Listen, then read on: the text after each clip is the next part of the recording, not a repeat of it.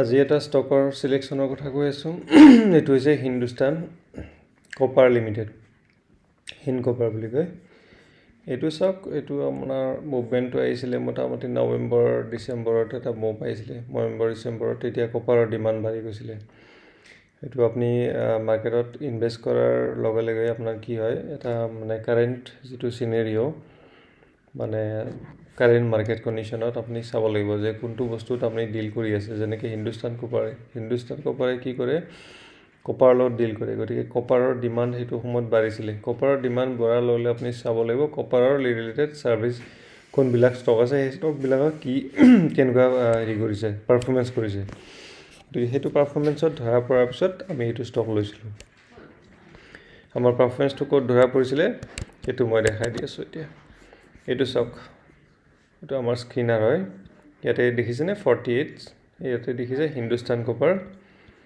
ইয়াতে আমাৰ ধৰা পৰিছিলে হিন্দুস্তান কপাৰটো, ঠিক আছে। ঠিক তেনেকৈ অন্য ষ্টকো আছে, কিন্তু মই এইটোৰ কথা আজি কৈছোঁ। হিন্দুস্তান কপাৰটো ইয়াত ধৰা পৰিছিলে 597 কাৰেণ্ট প্ৰাইচ চলি আছে, তেতিয়া 597 আছিলে প্ৰাইচটো, ঠিক আছে।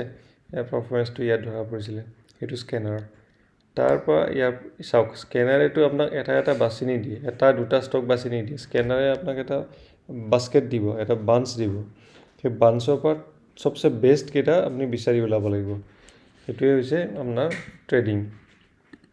বাঞ্চত এটা বাঞ্চত বহুত ষ্টক থাকিব ন। স্কেনাৰেটো ইমানটো ফিল্টাৰ কৰিব নোৱাৰে আপোনাক।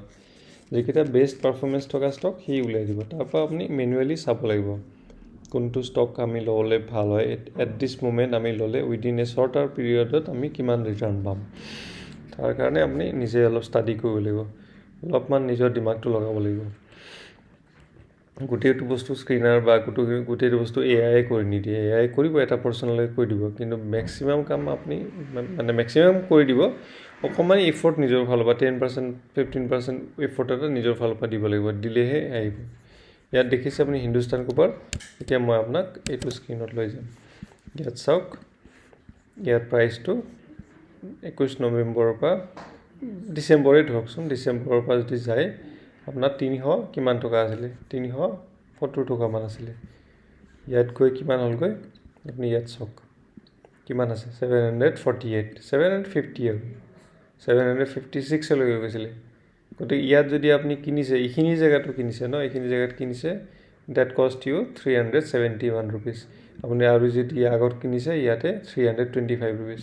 গতিকে 370 ধৰিলোঁ, 370ৰ পৰা আপোনাৰ 750, তাৰমানে কিমান হ'ল 300 300 600 আৰু ইপিনে 50 50 700, মানে আপোনাৰ ডাবলৰো বেছি হৈ গ'ল। দেখিছে, এইটো ষ্টক ডাবলৰো বেছি হৈ গ'ল। ইয়াতে আমাৰ ইণ্ডিকেট কৰিছে, ইয়াত ওলাই গৈছে। গতিকে এনেকৈ ইনভেষ্টমেণ্টটো তেনেকুৱাই বস্তু। ইনভেষ্টমেণ্ট কৰি ষ্টকৰ পৰাও আপুনি ইনকাম কৰিব পাৰে ভালকৈ, কিন্তু অকণমান কষ্ট কৰিব লাগিব, ষ্টাডি কৰিব লাগিব।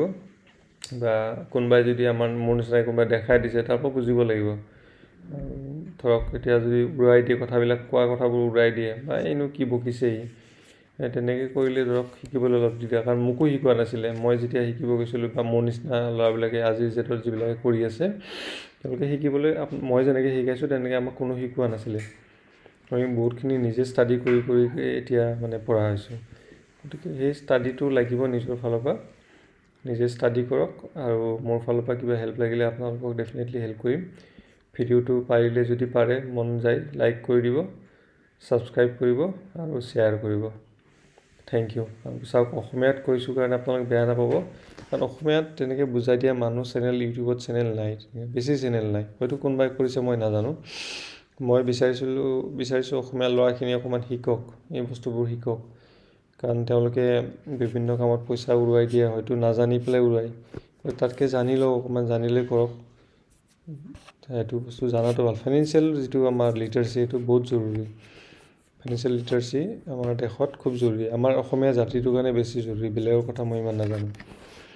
গতিকে সেইকাৰণে মই অসমীয়াত বনাইছোঁ, ইংৰাজীটো বনাব I can make it in English also', English video' also' there in my channel. So' if you like, I will do more in English also, in Hindi also. So this is all for today. So please subscribe and hit the like button. Thank you.